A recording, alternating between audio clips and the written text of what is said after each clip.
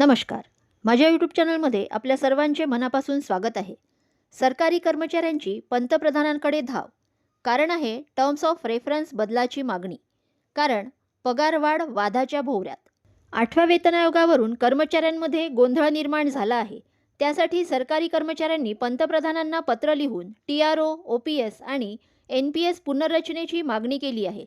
चला तर पाहूयात सविस्तर माहिती. त्यापूर्वी चॅनलला नवीन असाल तर लाईक करायला विसरू नका, सबस्क्राईब करायला विसरू नका, नवीन अपडेटसाठी बेल आयकनला प्रेस करायला विसरू नका आणि माहिती आवडल्यास आपल्या सहकारी मित्रांना शेअर करायला देखील विसरू नका. सरकारने 8व्या वेतन आयोगाला मंजुरी दिल्यानंतर वेतन आयोगाची समिती स्थापन करण्यात आली.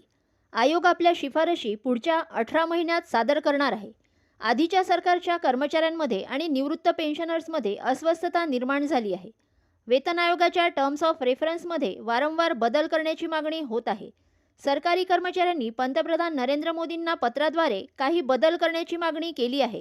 पेन्शनचे पुनरावलोकन कसे होईल याबद्दल अनिश्चितता आहे. त्यामुळेच पंतप्रधान नरेंद्र मोदी यांना सरकारी कर्मचाऱ्याने प्रतिनिधित्व करणाऱ्या काही संघटनांनी TRO, OPS आणि NPS पुनर्रचनेची मागणी केली आहे. पेन्शनमध्ये सुधारणा, लाभ वाढवण्याची तरतूद करण्याची गरज आहे. तसेच पेन्शन आणि पेन्शनशी संबंधित सर्व लाभांमध्ये सुधारणा करण्याची मागणी कर्मचारी संघटनांनी केली आहे. जुन्या पेन्शन योजनेची पुनर्स्थापना करणे, नॅशनल पेन्शन सिस्टम आणि युनिफाईड पेन्शन स्कीम योजनांची पुनर्रचना सविस्तरपणे करण्यात यावी असा आग्रह कर्मचारी संघटनांनी धरला आहे.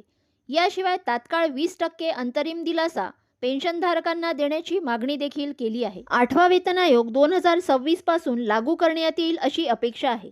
परंतु TROमध्ये याबद्दल स्पष्टपणे नमूद नसल्याने कर्मचारी आणि पेन्शनर्स चिंताग्रस्त आहेत.